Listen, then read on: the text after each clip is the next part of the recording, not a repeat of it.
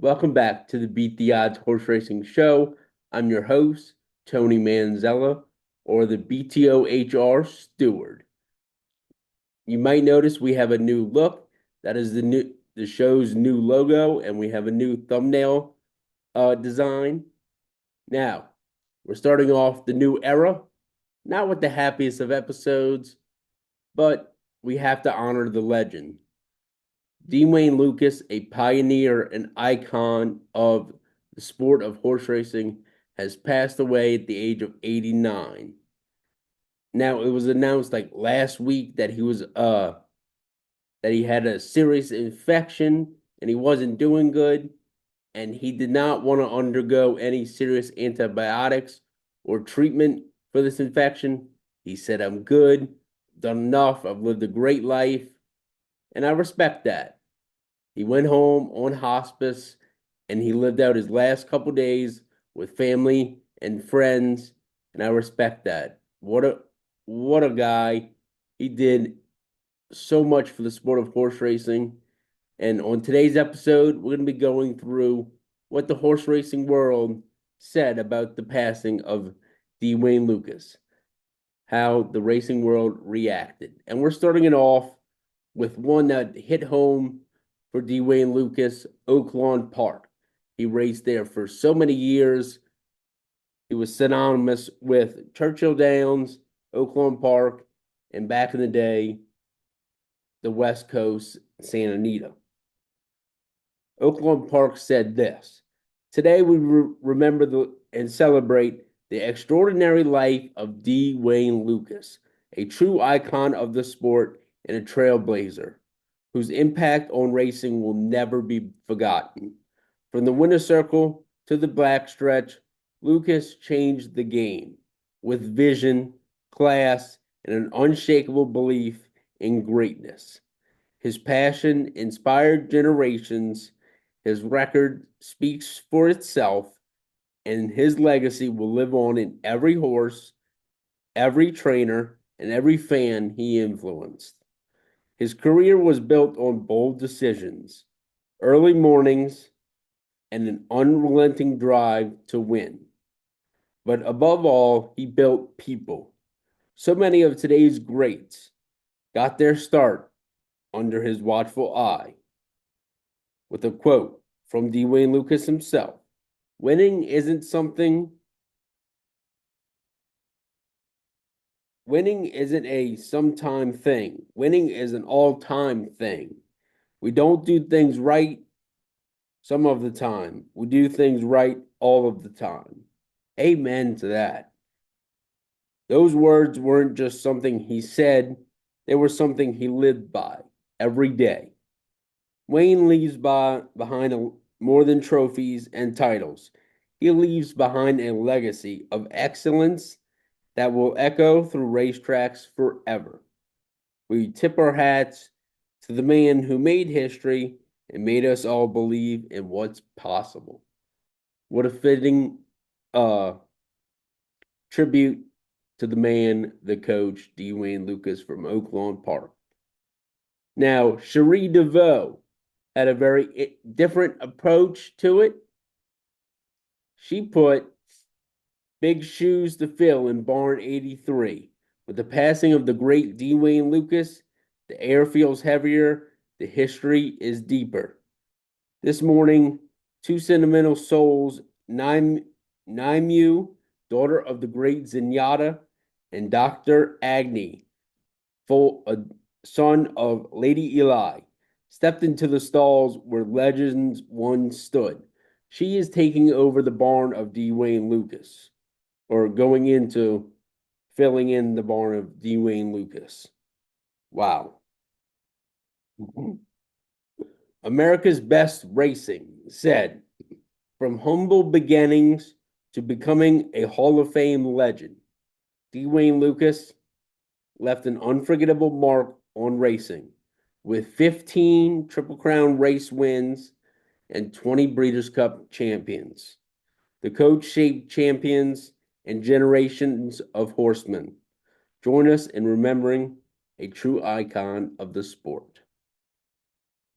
Now, Jerry Bailey, who won a Kentucky Derby with the coach, he said, "With our deepest sympathies, my family and I extend our heartfelt thoughts and prayers to the entire Lucas family on the passing of thoroughbred racing legend D. Wayne Lukas.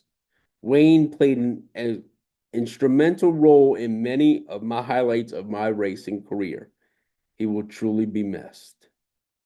Now, Larry Comas said, to borrow from the great writer Joe Hirsch, there once was a trainer named D. Wayne Lukas, but only once. That is so true.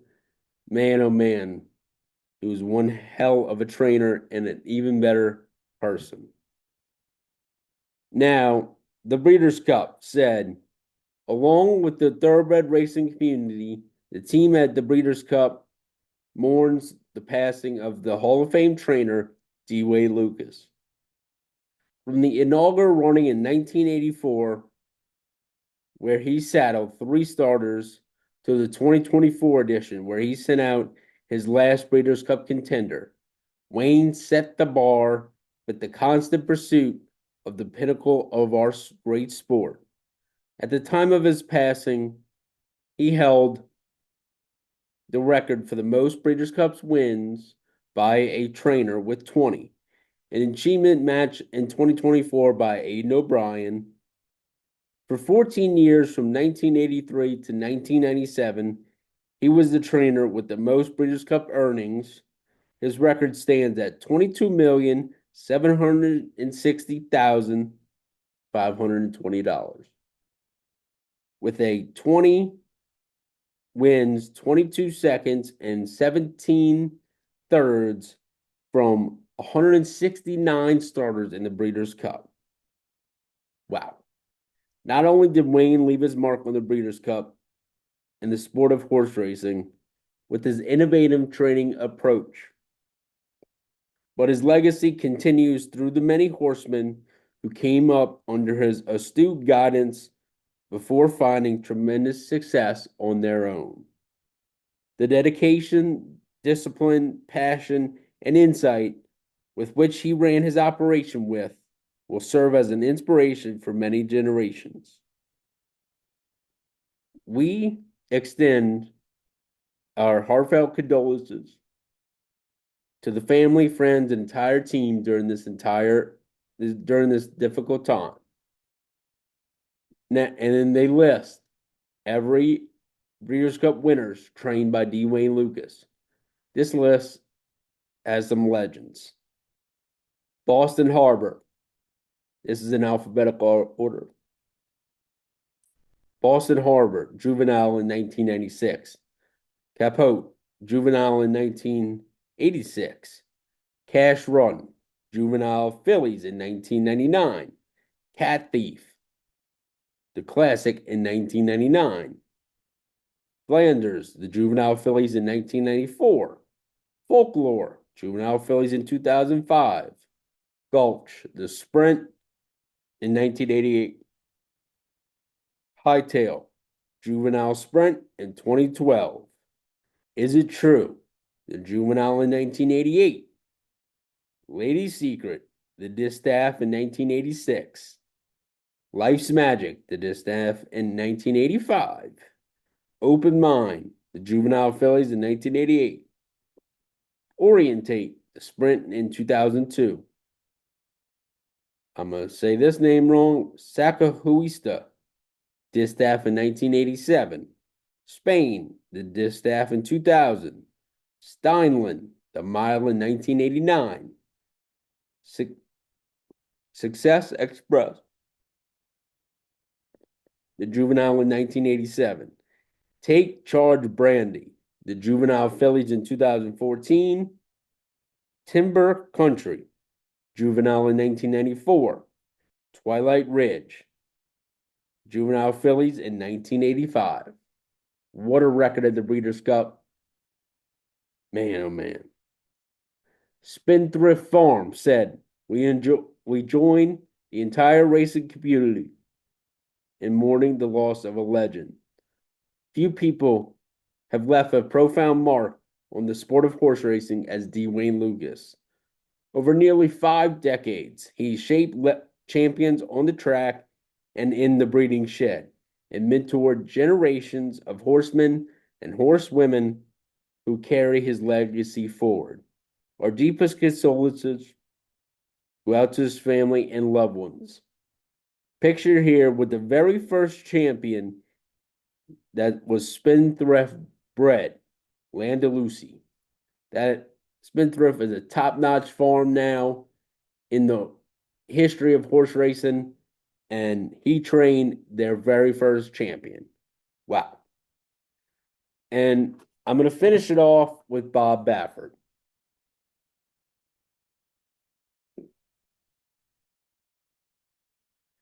Bob Baffert said this: I first saw Dean Wayne Lukas as a teenager at a small county fair racetrack close to my hometown in Nogales, Arizona. He rolled into town with his gleaming chrome trailer, big, beautifully turned out horses, and the most expensive looking Stetson hat I had ever seen. He won race after race and made such a huge impact on me that I fell in love with quarter horse racing right then and right there. Years later, when I transitioned into thoroughbreds, Wayne was the competition, and all I wanted to do was beat him in the big races. It didn't take me long to realize how difficult that would be. Wayne was a game changer, transforming horse racing for the better. He made it so the horses' bloodlines were the more important than the owners. He created a system of flying his horses coast to coast, establishing a presence at every major racetrack in America. And Wayne didn't just show up, he dominated. He won so much he became known as D. Wayne off the plane. He developed the blueprint the rest of us all still follow. He was a true visionary. The horses were everything to Wayne. They were his life. From the way he worked them, how he cared for them, how he maintained his shed row as meticulously as he did his horses. No detail was too small. Many of us got our graduate degrees in training by studying how Wayne did it. Behind his famous shades, he was a tremendous horseman, probably the greatest who has ever lived. As I grew older and wiser, Wayne remained the competition, but he also became a mentor and one of my best friends. When he beat me, I knew I was beaten by the best. When I beat him, I knew I had done something right. Wayne had a special aura about him. He had a knack for making others feel seen and valued. He was uniquely charming and an eternal optimist. In one of the last conversations I had with him, we talked about the importance of looking at the glass half full and continuing to compete in what he called the big arena. To his final days, he was a relentless competitor. He set out with ambitious goals and achieved them all. One of the things that made Wayne so special was the steadfast love and support of his wife Lori, an excellent horsewoman in her own right, and his grandchildren. Wayne impacted the lives of so many people in racing and raised the bar for all of us. He was the epitome of excellence, and I'll miss him every day for the rest of my life. I hope somewhere along the way I made him proud. Wow. Wayne was the man. He made horse racing into like what it is today. Because back then you didn't really ship horses around. You just did for like the Breeders' Cup, the Kentucky Derby, and those type of races. But nowadays, because of him, we ship horses all the way around just for any any Saturday race if need be. He loved to run his horses. That's what they do. Horses are meant to run. Thoroughbreds are meant to run. He loved to run them into shape. And man, oh man, did his program fit his horses. A lot of people don't do it that way, but he did, and he was the man. And he is going on to coach so many of today's stars, like Todd Pletcher, who is racing's all-time money leader in purses earned. He is a top five trainer of all time. All comes from D. Wayne Lukas. And what I loved, I was a little late to the D. Wayne Lukas career. I started in 2006, 2007. I was a little late, but what I loved was as I got uh, more into the sport is it's not really a young person sport. They like football. They like the women like softball and WNBA. Men love their uh, NFL, NBA, MLB. It's not as popular as it was the sport back then, but he always tried to get new people involved. Every time he saddled a winner, he brought a young child into the winner circle to create a memory that might get them back out to the racetrack. And I love that about him. Made their day, brought them home with a winner circle picture that is very rare. Man, rest in peace, D. Wayne Lukas. They'll have a great day.